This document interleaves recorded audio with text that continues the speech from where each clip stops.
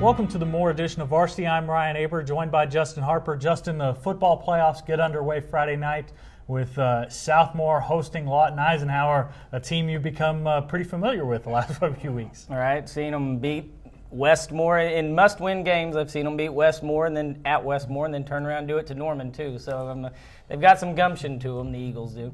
Yeah, they look like that their season was pretty much done early, and they bounced back and made the playoffs. But we're here mainly to talk about Southmoore, a team that coming off a big win last week against Mustang to win District 6A1. Yeah, a huge win really, because those two teams both progressed as the season went, and it was such a crazy district that you never knew who was going to win or who was the best. But by the end of the year, those two established themselves as the two best, and so it was just ironic and lucky that they faced off in the final game. And it was a great game, and Southmoore wins by 3, 22-19.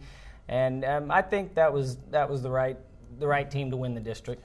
And you figure that Southmoore should get past Lawton Eick this week, but starting in the second week, they're going to have to face off against some of the better teams from the east side. Can Southmoore hang with those teams, the Bartlesvilles, obviously the Jinx and the Unions of 6A? Yeah, there's no doubt about it. I mean, I don't know if Chris Jensen is a prophet or if he just had this much confidence in his team, but all of his preseason stuff almost and his 7-on-7 drills in the summer, he took them up to the east side. I mean, they went against Broken Arrow, they went against Tulsa Union, they went against Owasso, I believe, and he faced them up against east side teams just for this exact purpose. And let's talk real quick about a player you wrote about in today's paper. You wrote about Austin Haywood, who's really paid off for them at tight end and made their offense a whole lot more dynamic. Yeah, you have to see him to understand how good he is, because he is so fluid for a big guy that it makes it look easy. He catches, against Mustang, for example, he caught the game-winning touchdown pass, 52 yards, and he makes the catch about 38 yards downfield, and there's a guy right on his hip and another guy coming on the angle on him. And when you catch it, you think, okay, he's got him in field goal range, they're in good shape.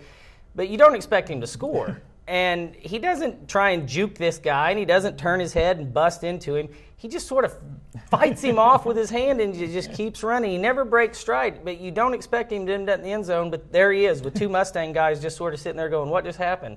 And that's how he makes things look. He's just real low-key, real smooth, and it's that kind of thing that makes people, when they come away thinking, well, he scored 4 touchdowns, but I didn't see anything amazing.